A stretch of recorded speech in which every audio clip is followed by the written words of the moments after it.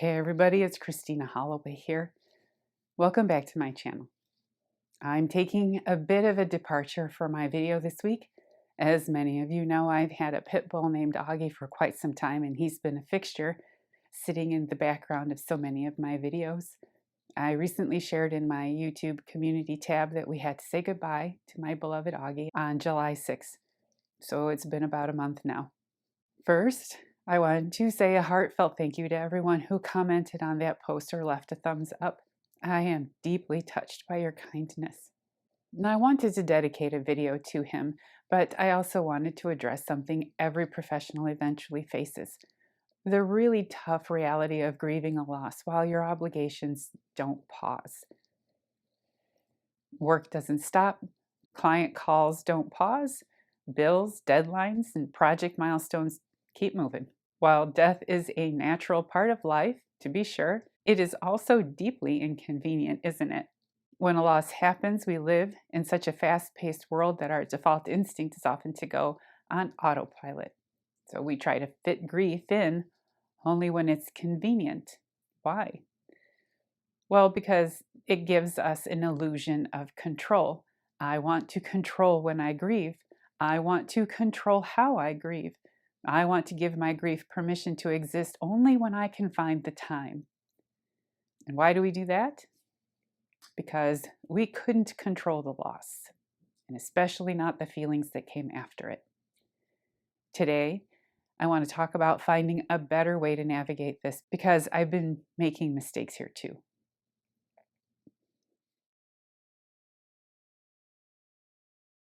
To understand why this hit me so hard, you have to understand how Augie came into my life. So 15 years ago, I was dealing with a severe undiagnosed autoimmune illness while working 12 to 15-hour days in a high-pressure corporate job. I was on a direct path to extreme burnout.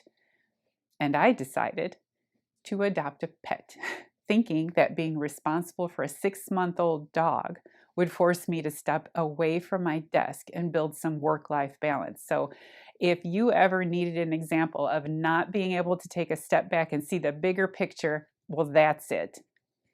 I had never owned a dog before, and I was already in a fragile state. So 2 days in, I sat in the vet's office crying, convinced I had made a terrible mistake.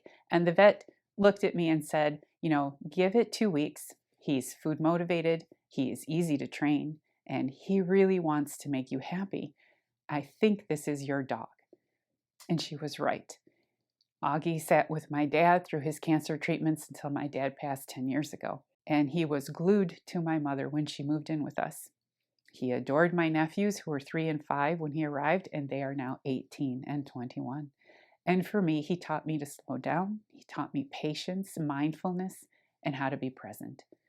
So when I had to let him go on a Monday afternoon last month, it was a deeply traumatizing day. And that brings me to the one thing not to do when you're navigating grief at work. Do not try to hide behind workplace compartmentalization. The very next morning, less than 24 hours later, I had client calls.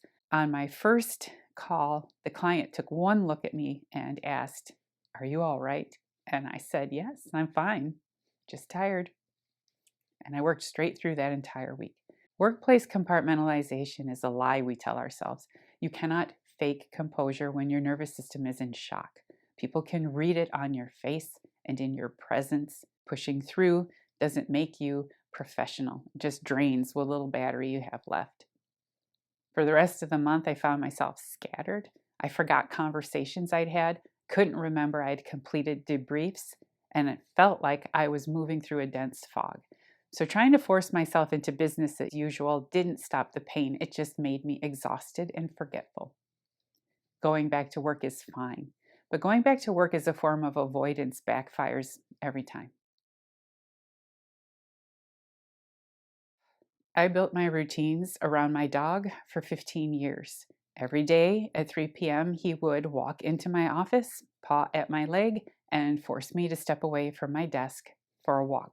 It was a reminder of mindfulness and, most importantly, self-care. When he passed, that routine was gone. or at least I was going to have to carry on that self-care without him. Pet loss carries a very specific, quiet kind of grief. Society doesn't always afford it the same formal bereavement space as other losses, but you do not need to justify the magnitude of your loss to anyone at work. A few months ago, a client of mine had to unexpectedly say goodbye to her dog, and when we got on our coaching call, she broke down in tears, and she felt guilty for struggling so much over a pet. And we spent that call building a plan for how she was going to protect her energy at work over the coming days. And here's how you set an emotional boundary at work when you are carrying this type of emotional weight. Be clear, direct, and concise. You can say to clients or team members, I'm navigating a personal loss this week. I am here and committed to our work, but I may be a bit more quiet or reserved than usual. If someone presses for details and asks what happened, you do not owe them a story. You can simply say, I'm not ready to talk about it right now, but thank you for asking. Then sit in that silence. Hold that boundary. Protecting your privacy during a period of loss isn't being uncooperative, it is essential self-care. So grief without structure feels endless. And that's why creating rituals or bookmarks in your grieving process is also vital. And the day we said goodbye to my Augie, my family and I made sure the afternoon was filled with loving, intentional gestures, especially for my nephews.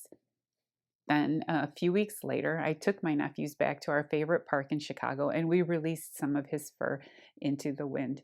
It gave them and to me a physical milestone to mark the transition. And don't dismiss it as silly. Do what you need to do in order to create progress, and then go at your own pace. And this video today is my third bookmark. It doesn't mean the grieving is over, but it gives the process a sense of progress while honoring what was lost.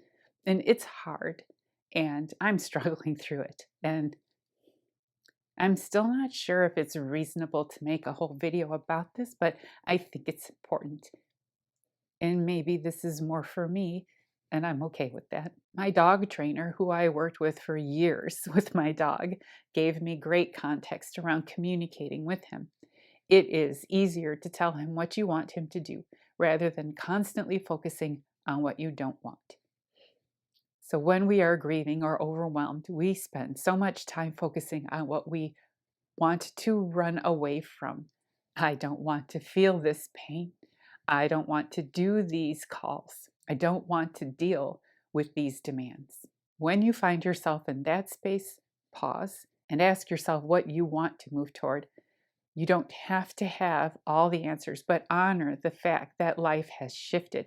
It's not about getting back to normal. Normal is gone. It's about building a new routine while carrying the love and lessons that person or pet brought into your life.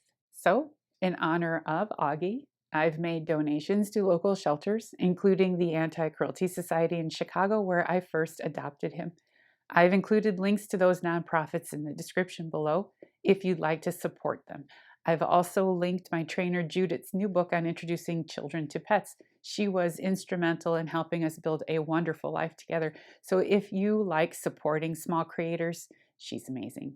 And if you're carrying a quiet loss right now, please know that you are not alone. Feel free to share your thoughts or memories in the comments below, and let's keep the comments kind and respectful. Grief is a heavy burden we carry because we dared to love. Let's be mindful of that. To close today's video, my nephews helped me pick out some of our favorite clips and photos of Augie over the years.